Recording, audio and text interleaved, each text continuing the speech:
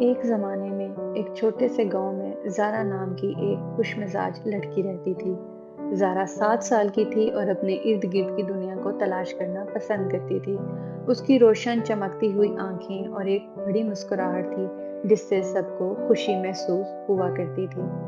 ایک صبح زارا اپنی کھڑکی کے باہر پرندوں کی چہچہاہٹ کی آواز سے بیدار ہوئی۔ وہ بستر پر بیٹھی ان کی آوازوں سے پرسرور ہونے لگی۔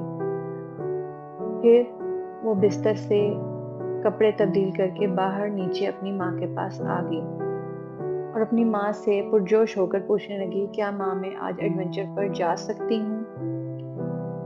اس کی ماں نے مسکراتے ہوئے کہا، ضرور زارا، کیوں نہیں، تم ضرور جا سکتی ہو۔ زارا اپنا چھوٹا سا بیگ تیار کر کر جنگل کی طرف نکل پڑی۔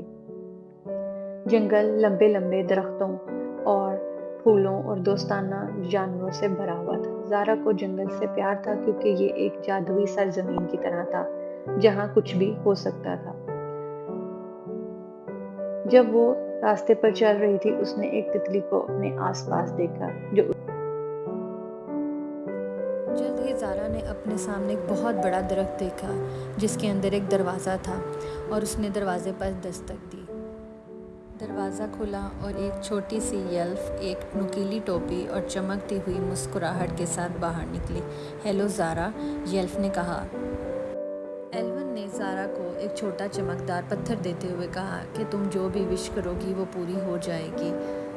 زارا نے پتھر کو قریب رکھتے ہوئے اپنی خواہش کے بارے میں سوچا اور کہا کہ میں نئے دوست بنانا چاہتی ہوں۔ ایلون مسکرائی اور بولا، یاد رکھو زارا، اصل جادو تمہاری مہربانی ہے۔ اب وقت آ گیا ہے تم اپنے گھر واپس جاؤ۔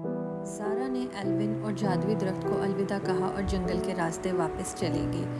وہ اپنی ماں کو اپنے ایڈونچر کے بارے میں بتانے کا انتظار نہیں کر سکتی تھی۔ جب وہ گھر پہنچی تو اس نے اپنی ماں سے کہا کہ یہ اب تک کا بہترین ایڈونچر تھا اور وہ بہت خوش ہے۔ اس دن سے زارا ہمیشہ اپنے پاس اپنی خواہش کا پتھر رکھتی تھی۔ وہ جانتی تھی کہ مہربان دل کے ساتھ ہر دن جادوئی ہو سکتا ہے۔